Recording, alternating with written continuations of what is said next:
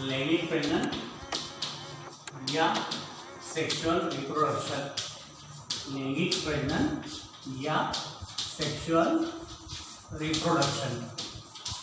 दो पहले देख चुके हैं हम, एक तो अलैंगिक प्रजनन और वेजिटेटिव रिप्रोडक्शन, दोनों हमने देख लिया है। अब सेक्सुअल रिप्रोडक्शन या लैंगिक प्रजनन देखते हैं।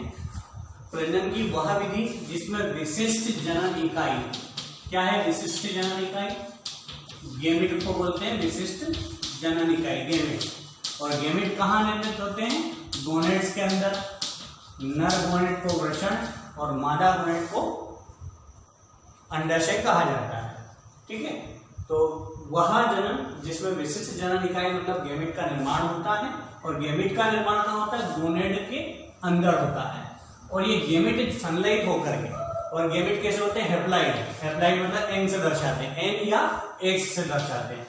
तो मेल गैमेट और फीमेल गैमेट दोनों मिलकर के डिप्लॉइड जायगोट का निर्माण करते हैं, और जायगोट विकसित होकर के भ्रूण का निर्माण करता है, और भ्रूण से नए पादप, शिशु पादप या जीव का विकास होता है। इस प्रजनन के लिए जो है समसूत्री और अर्धसूत्री विभाजन दोनों क्रियाएं होना जरूरी है। इसके अलावा निषेचन भी जरूरी है, ठीक है। बिना निषेचन की क्रिया संभव नहीं है, क्योंकि गैमेट का मिलना ही, गैमेट का आपस में मिलना या संयुग्मन करना या फ्यूजन करना ही क्या कहलाता है? फर्टिलाइजेशन कहलाता है।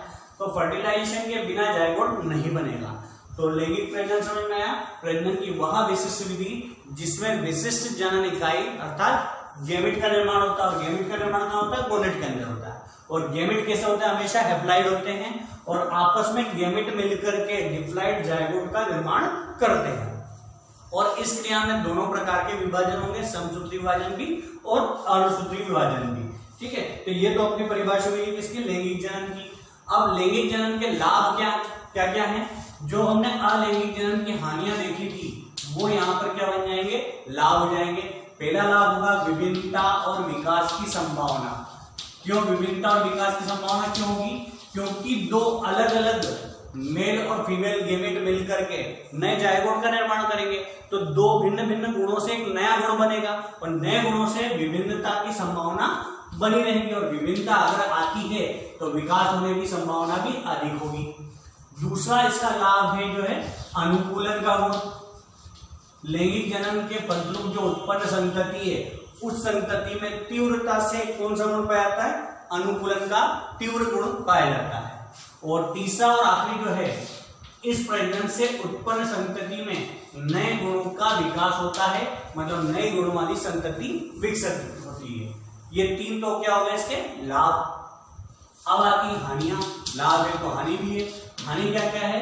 पहली हानि, इस प्रकार के जनन के लिए दो जनक की आवश्यकता होती है। जो अलैंगिक प्रजनन है, अलैंगिक प्रजनन में एक ही जनक द्वारा नई संतति उत्पन्न हो गई थी। यहाँ पर दो जनक चाहिए होते हैं, और दोनों जनक के गैमेट मिलकर के जायगोट बनाते हैं। तो पहला नुकसान, पहली हानि क्या है? दो जनकों की आवश्यकता होती है। दूसरी हानि है मूल गुणों का या मौलिक गुणों का ह्रास हो जाता है। मतलब विभिन्नता और विकास इतना अधिक होता है कि पीढ़ी दर पीढ़ी नए नए गुण बनते जाते हैं, और नए नए गुण बनते जाते हैं तो जो मौलिक गुण पाए जाते हैं जीव के अंदर, वो मौलिक गुण का पूरी तरह से ह्रास मतलब समाप्ति हो जाती है। ये नुकसान है या हानि है किसकी? लैंगिक प्रजनन की। अब ये हुआ हमारा लैंगिक प्रजनन, इसलिए अलैंगिक प्रजनन। अब इन दोनों में हम अंतर देखते हैं, किन किन में? लैंगिक प्रजनन और अलैंगिक प्रजनन में। लैंगिक और अलैंगिक प्रजनन में अंतर। लैंगिक और अलैंगिक प्रजनन में अंतर आप अच्छे से समझ चुके होंगे। सबसे पहला अंतर याद रखना, इस जनन के लिए, लैंगिक जनन की क्रिया के लिए दो जनकों की आवश्यकता होगी। बिना दो जनक के ये क्रिया संभव नहीं है। परंतु अलैंगिक जनन जो है एक जनकी होता है, मतलब एक ही जनक के द्वारा यह क्रिया संपन्न हो सकती है।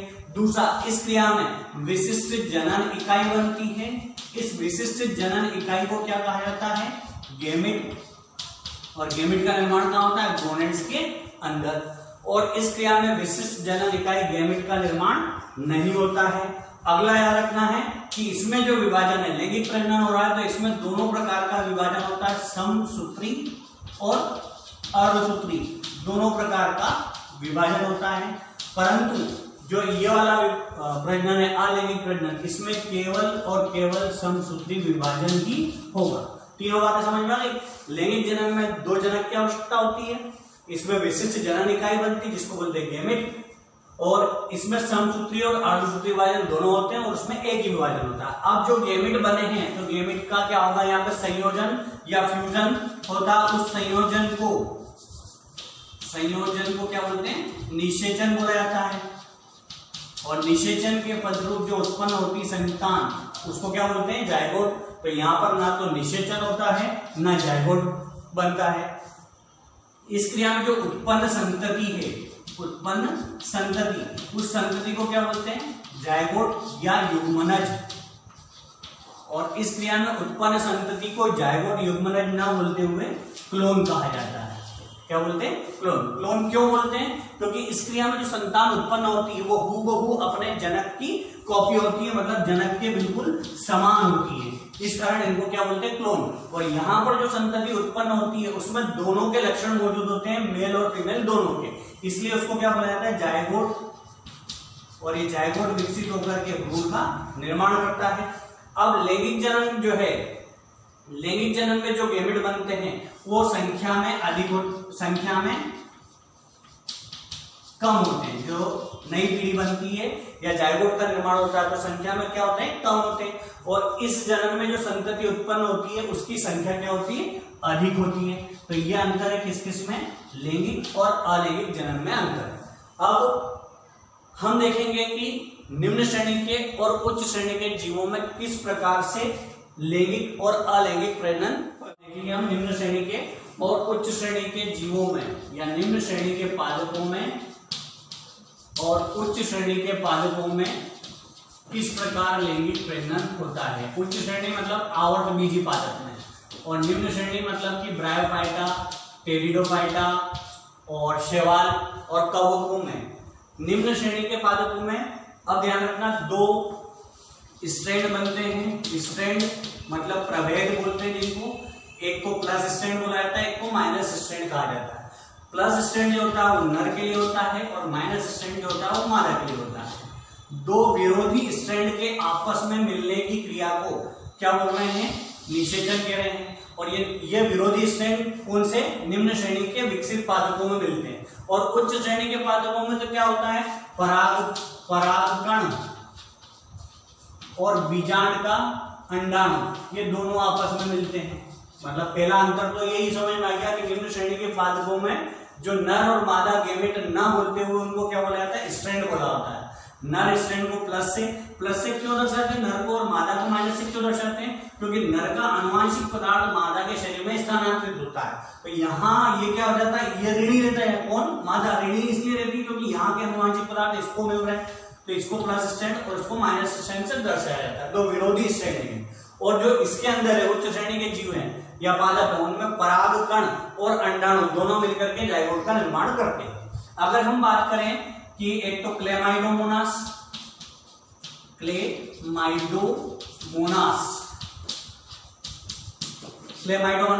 क्या है, एक प्रकार का शैवाल है, और एक कवक जिसका नाम है सिंकाइट्रियम।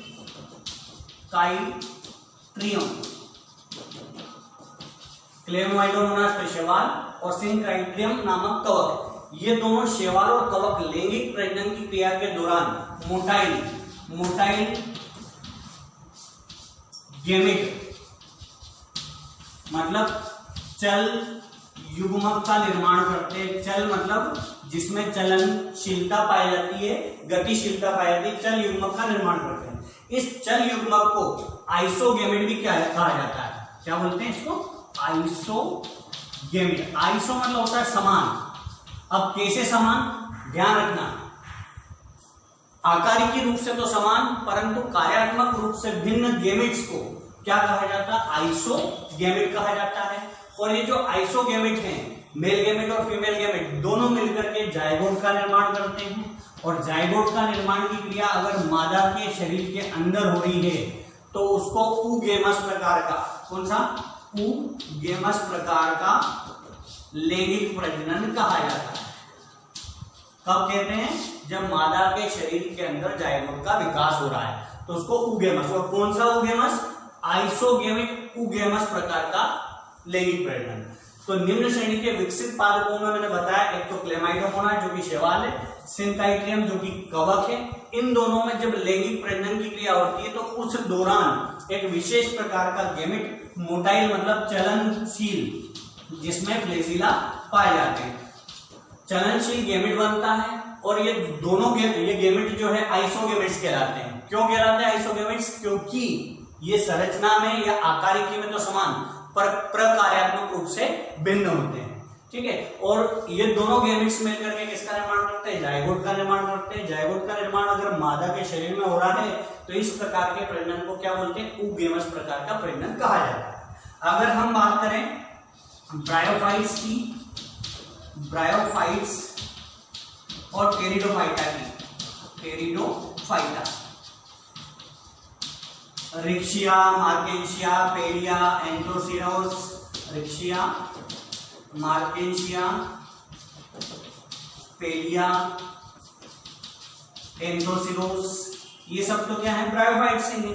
और उसके अलावा सिलेजिनेला, सिलेजिनेला, लाइकोपोडियम, लाइकोपोडियम, इनके नर और मादा जननांगों के नाम, नर जननांग को तो बोलते हैं एंथ्रीडियम या एंथ्रीडिया,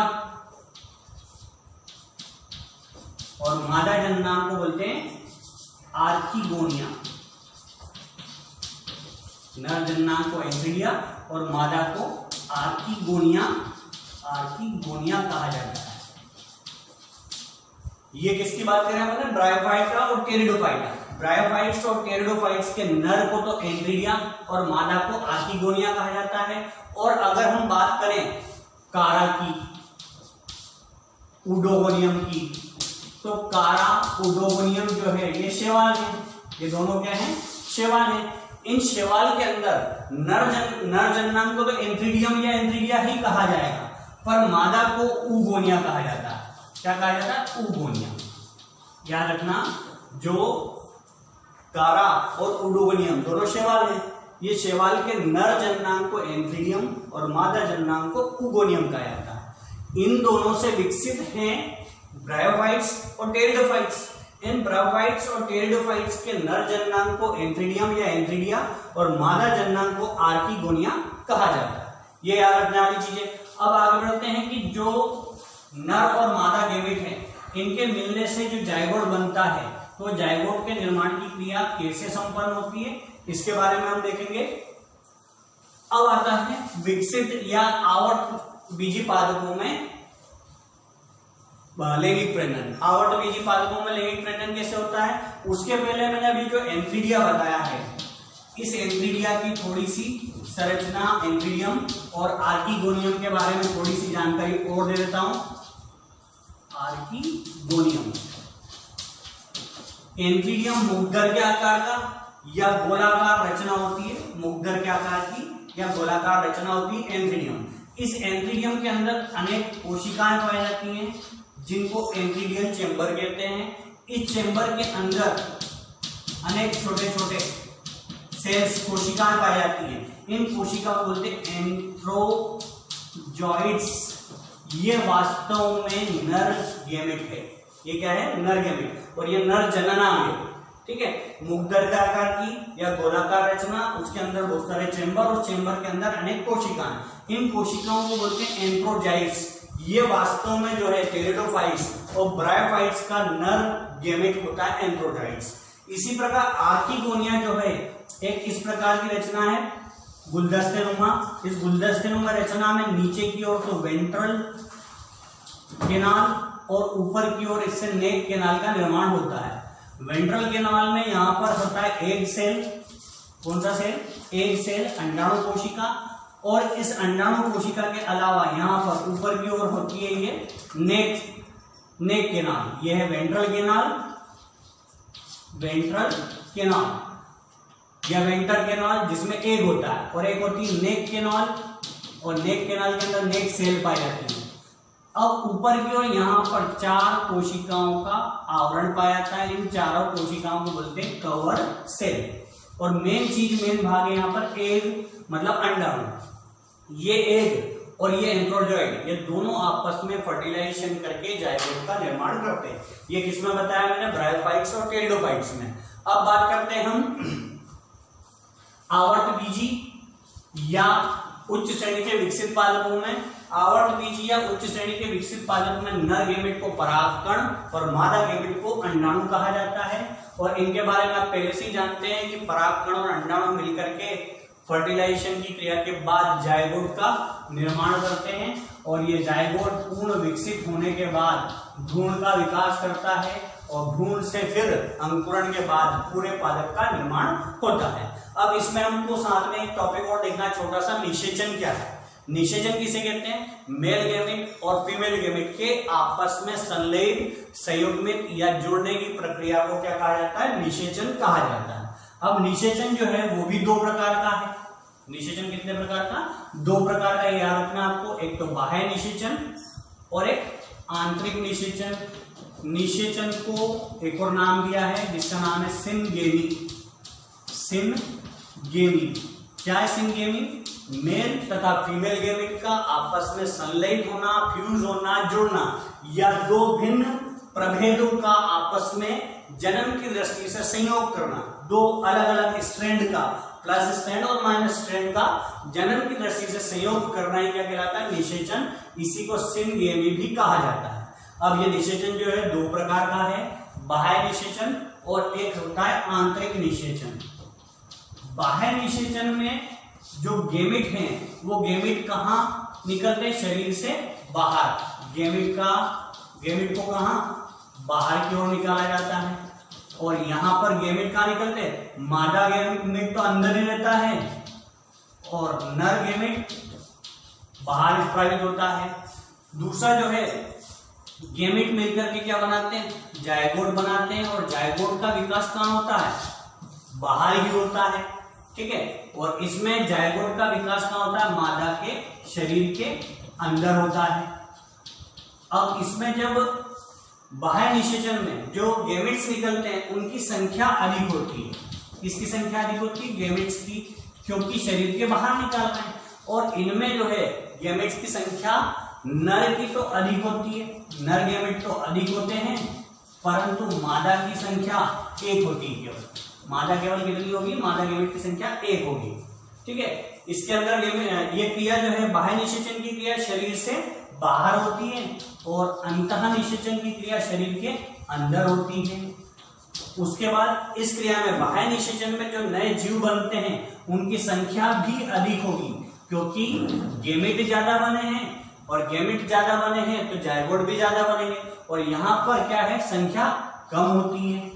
और आखिरी अंतर याद रखना, बाह्य निषेचन के फलस्वरूप जो संतान उत्पन्न होती है, जो जायगोट बनता है, वो जायगोट बाहर बनता है, शरीर के बाहर। और बाहर अगर बना है तो इसके सुरक्षित रहने की संभावना कम रहती है, मतलब ये कम सुरक्षित रहता है जायगोट। कौन सा निषेचन से? बाह्य निषेचन से उत्पन्न। और यहाँ पर आंतरिक निषेचन में जायगोट का विकास कहाँ होता है? मादा के अंडाशय के अंदर। अब जायगोट अंदर विकसित हो रहा है तो वो ज्यादा सुरक्षित है। तो अभी हमने जो लैंगिक प्रजनन में पढ़ा, इसमें बहुत सारे क्वेश्चन बने हैं। एक क्वेश्चन बनेगा लैंगिक प्रजनन क्या है, इसके लाभ और हानि। दूसरा क्वेश्चन बना था लैंगिक और अलैंगिक प्रजनन में अंतर। और तीसरा क्वेश्चन बना है निषेचन क्या है, कितने प्रकार का होता है, या बाह्य निषेचन और आंतरिक निषेचन में अंतर लिखिए। अब आता है पौधों में लैंगिक प्रजनन, अलैंगिक प्रजनन, वर्धी प्रजनन के अलावा प्रजनन की और अन्य विधियां होती हैं, उनको हम देखते हैं कि और कौन कौन सी विधि। अभी हमने प्रजनन की तीनों विधियां देख ली, अलैंगिक प्रजनन, लैंगिक प्रजनन और वर्धी प्रजनन। अब आती है प्रजनन की कुछ विशिष्ट विधियां। पौधे सामान्यतः 3 विधियों द्वारा प्रजनन करते हैं, परंतु कुछ पौधों में कुछ विशिष्ट विधियों के द्वारा भी प्रजनन की क्रिया संपन्न होती है। जो यहाँ दे रखी 2 विधियां, एक तो असंग जनन या एपोमिक्सिस और दूसरी पॉली एम्ब्रियोनी या बहुभ्रूणता। तो असंग जनन क्या है? असंग जनन प्रजनन की एक विशिष्ट विधि है जिसके अंदर जीव या पादप शरीर बिना निषेचन, बिना फर्टिलाइजेशन के ही नए भ्रूण का या नए पादप का निर्माण कर लेता है, उसको क्या बोलते हैं, असंग जनन या एपोमिक्सिस, बिना निषेचन के नए पादप शरीर का निर्माण होना। ठीक है, अब ये एपोमिक्सिस या असंग जनन जो है ये भी 5 प्रकार का। सबसे पहला आता है एपोगेमी या हिंदी में बोले तो अपयुग्मन। तो एपोगेमी या अपयुग्मन असंग जनन की वह विधि जिसमें एग से मतलब अंडकोश को या अंडाणु कोशिका को छोड़कर किसी भी भाग से गेमेटोफाइट पादप से नया पादप का विकास हो जाए और उसके बाद जो नया पादप बने वो कैसी प्रकृति का हो, स्पोरोफिटिक प्रकृति का हो। तो इस प्रकार के असंग जनन या एपोमिक्सिस को एपोगेमी या अपयुग्मन कहा जाता है। किसको छोड़ करके, सिर्फ याद रखना, एग सेल को छोड़ करके पादप शरीर के किसी भी भाग से नया पादप विकसित हो जाए और बिना निषेचन के। ये सारी क्रियाएं बिना निषेचन की होने वाली है। फिर दूसरा आता है एडवेंटिशियस एम्ब्रियोनी, अपस्थानिक भ्रूणता। अपस्थानिक भ्रूणता में क्या है, न्यूसेलस या अध्यावरण। न्यूसेलस हम पहचानते हो, बीजांड के अंदर का मुख्य भाग न्यूसेलस कहलाता है और न्यूसेलस के चारों ओर के आवरण को बोलते हैं अध्यावरण। तो न्यूसेलस या अध्यावरण के द्वारा नए पादप का विकास हो जाए तो उस प्रकार की या उस स्थिति को एडवेंटिशियस या अपस्थानिक एम्ब्रियोनी या बहुभ्रूणता कहा जाता है। नींबू जाति के फलों में इस प्रकार का गुण पाया जाता है। अगला पार्थेनोजेनेसिस या अनिषेक जनन, बिना निषेचन के नए पादप के निर्माण की क्रिया को पार्थेनोजेनेसिस या अनिषेक जनन कहा जाता है। इसमें निषेचन भी नहीं होता है और भ्रूण भी नहीं बनता है, डायरेक्ट क्या बन जाता है, पादप शरीर बन जाता है। परंतु इस क्रिया को करने के लिए जरूरी क्या है, परागण की क्रिया बहुत ही आवश्यक है। बिना परागण के पार्थेनोजेनेसिस संभव नहीं है। स्पाइरोगायरा में, यूलोथ्रिक्स में, सोलेनेसी कुल के और कंपोजिटी कुल के पादपों में इस विधि द्वारा जो है प्रजनन होता है। अगला आता है डिप्लोस्पोरी। डिप्लोस्पोरी को हिंदी में बोलते हैं द्विगुणित बीजाणुता। इस प्रकार के असंग जनन में भ्रूण कोश मतलब होता है एम्ब्रियो से जहां पर भ्रूण मौजूद है, भ्रूण कोश ही बिना निषेचन के, बिना अनुसूत्री विभाजन के और बिना निषेचन के किसका निर्माण कर लेता है, भ्रूण का निर्माण कर लेता है। इस प्रकार की क्रिया किसमें पाई जाती है, एरिबाटोमेंटोसा के अंदर ये प्रकार की क्रिया पाई जाती है। अगला आता है एपोस्पोरी। एपोस्पोरी को बोलते हैं अबीजाणुता। अबीजाणुता में क्या होता है, न्यूसेलस या कोई अन्य कोशिका जो है बिना निषेचन के नए पादप शरीर का निर्माण कर लेती है, उसको एपोस्पोरी कहा जाता है। यह आम में और संतरे में ये गुण पाया जाता है। और दूसरी विधि है पॉली एम्ब्रियोनी या असंग जनन, एपोमिक्सिस हो गया, और पॉलियो एम्ब्रियोनी या बहुभ्रूणता। तो वह स्थिति जिसमें एक बीज के अंदर एक से अधिक भ्रूण का विकास हो, एक बीज में एक से ज्यादा एम्ब्रियो विकसित हो जाए तो उसको क्या बोला जाएगा, पॉली एम्ब्रियोनी कहा जाएगा। ये गुण जो है नींबू जाति के पादपों में, गेहूं में, धान में और तंबाकू के पादपों में पाया जाता है। ये हमारा चैप्टर हुआ है कंप्लीट। एक छोटा सा और चीज रह गई है, जूस्पोर और जायगोट में अंतर। जूस्पोर और जायगोट में अंतर। जायगोट कौन सी क्रिया से संबंधित रचना है, तो जायगोट जो है लैंगिक जनन से संबंधित रचना है और जूस्पोर जो है अलैंगिक जनन से संबंधित रचना है। जूस्पोर में फ्लैजिला पाए जाते हैं, मतलब चलनशील होता है और इसमें ये अचल होता है। जायगोट कैसा होता है, अचल होता है। जूस्पोर जो होता है वो हैप्लॉइड होता है और जायगोट जो होता है वो डिप्लॉइड होता है। ये अंतर याद रखना जूस्पोर और जायगोट में। पहला क्या अंतर है कि जूस्पोर अलैंगिक प्रजनन से संबंधित रचना है, जायगोट लैंगिक प्रजनन से संबंधित रचना है। जूस्पोर में फ्लैजिला पाए जाते हैं, इसका ये चलनशील होता है और जायगोट जो है अचल है। जूस्पोर हैप्लॉइड होता है, जायगोट डिप्लॉइड होता है। ये निम्न श्रेणी के पादपों में विकसित होता है, ये उच्च श्रेणी के पादपों में विकसित होता है। एक छोटा सा क्वेश्चन ये पूछते हैं एनसीईआरटी में कि निषेचन के बाद पौधों में होने वाले परिवर्तनों को समझाइए। तो निषेचन के बाद याद रखना 3 परिवर्तन होते हैं। अंडाशय से तो फल का निर्माण होता है निषेचन की क्रिया के बाद, बीजांड से बीज बनता है, अंडाशय से फल, बीजांड से बीज का निर्माण होता है। ये 2 परिवर्तनों को अच्छे से याद रखना। कब होते हैं, निषेचन की क्रिया के बाद, बीजांड से बीज और अंडाशय से फल निर्मित होता है।